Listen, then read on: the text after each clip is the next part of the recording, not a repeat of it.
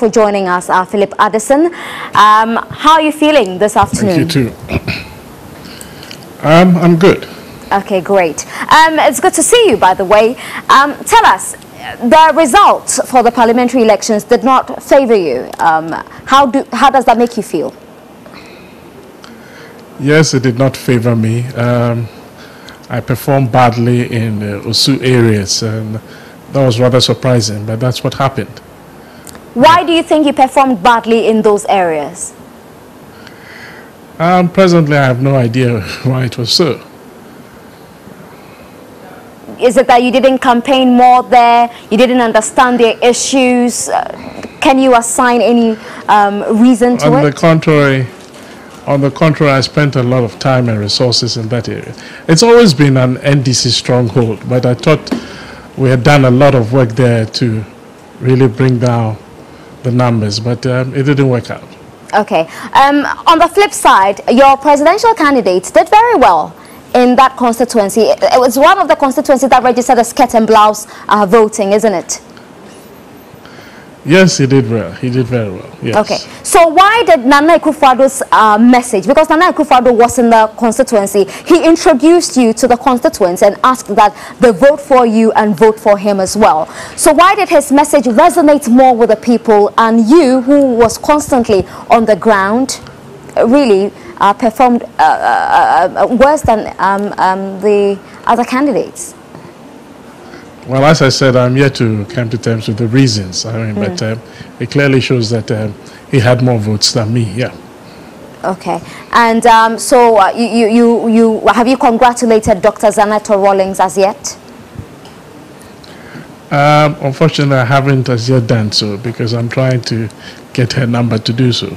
Okay. Are you shocked, and are you over the shock? How are you feeling? I'm trying to get into your mood very well. I'm very fine. I mean, you can see I'm very fine. I've moved on quickly.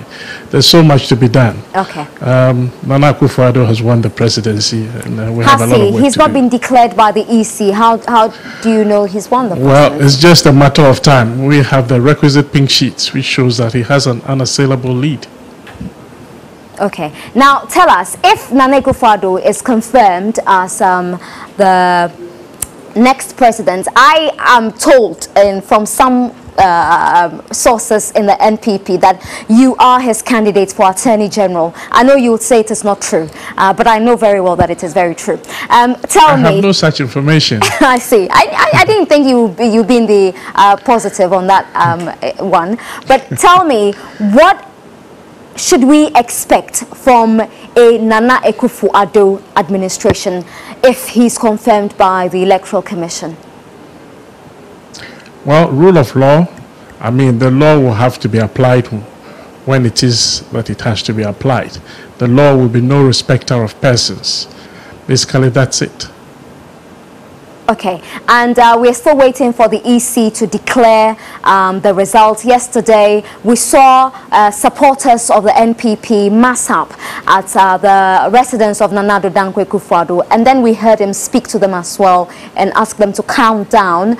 Today, we've listened to the president also, who's actually asked supporters of the party to calm down. He has gone further to say that he will respect the declaration from the EC, whether it's positive or negative.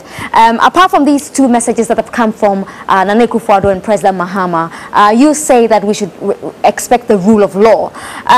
Your supporters who are out jubilating, for instance, in Kumasi, we've seen peace walks, they call it a peace walk, they're out jubilating.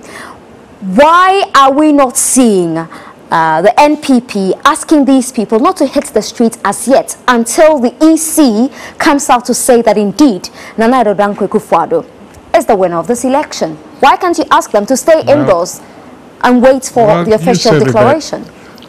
Our flag bearer has already urged all our sympathizers, supporters to exercise restraint, to be patient. He has already done that. And so, if in spite of that, people are still on the streets, and it must be said, it's not only NPP supporters who are on the streets jubilating. NDC supporters are also doing the same. And so how does that make you feel as a very, because I know one of your attributes is that you're a very calm person, you're very peaceful. How does it make you feel that we have supporters of, and it's the youth of the NPP and the NDC who are out jubilating, claiming that their candidates have won this election? How does it make you feel? Because we spoke to Dr. Enning a while ago, and he says that it almost looks like a preparation for a civil strife. Exactly. I think that the delay is what is causing all this anxiety. And the earlier the EC comes out with the results and declares the winner, the better.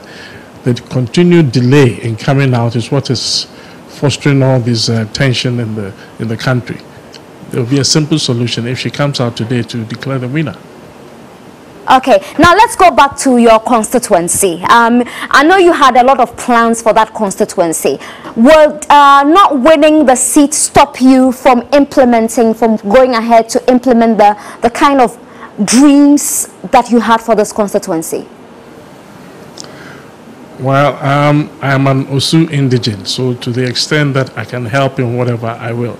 I would not like to be seen as somebody interfering in the work of the MP who the people themselves have elected. But to the extent that I can help, why not? All right. Now, you mentioned earlier that you cannot really assign reasons for the defeat you suffered. But let's try and look at it from this angle. Let's see if it makes sense. Ninoy was with you in the NPP. He won the primaries earlier, and then you went to court. And the court actually said that you should go back, the primary should be held again, and then you won. Do you think that Ninoy breaking away from the NPP to go independent affected your fortunes on Wednesday? First of all, let me correct you. The press has always been making this error, saying that Ninoy won the first elections. We boycotted those elections. So it was a non-starter. So you cannot say he won. Because if you say he won, it means it was a competitive election. But it wasn't. I think that record has to be set straight. Okay, thank you. Yeah. So, well, there's always been that argument that he was going to affect our votes. I think it's subject to debate. I mean, we observed during the campaign period that most of the people following him were NDC activists. Yes, he had a few NPP delegates who were with him during the primaries. But we did not see much of NPP supporters in general following him. But you know, when you do the maths, you think that the votes he had, if all had come to me, perhaps the results would have been different. So that argument also is being made. Okay, so when all these suggestions were coming up that he breaking away could affect your fortunes at the polls, did you try to speak to him? Did the party try to speak to him, to reason with him, not to go independent? If I start to tell you how many people have spoken, called him, how many meetings I myself have invited to, we wouldn't finish now. Everybody who matters in our party has spoken to him. But he was adamant. He was adamant. And, well, that's the result we have here. All right. That is Philip Addison, the parliamentary candidate for the Klote-Korle constituency, and also a member of the NPP. Thank you so much for talking to us this afternoon, Mr. Philip Addison.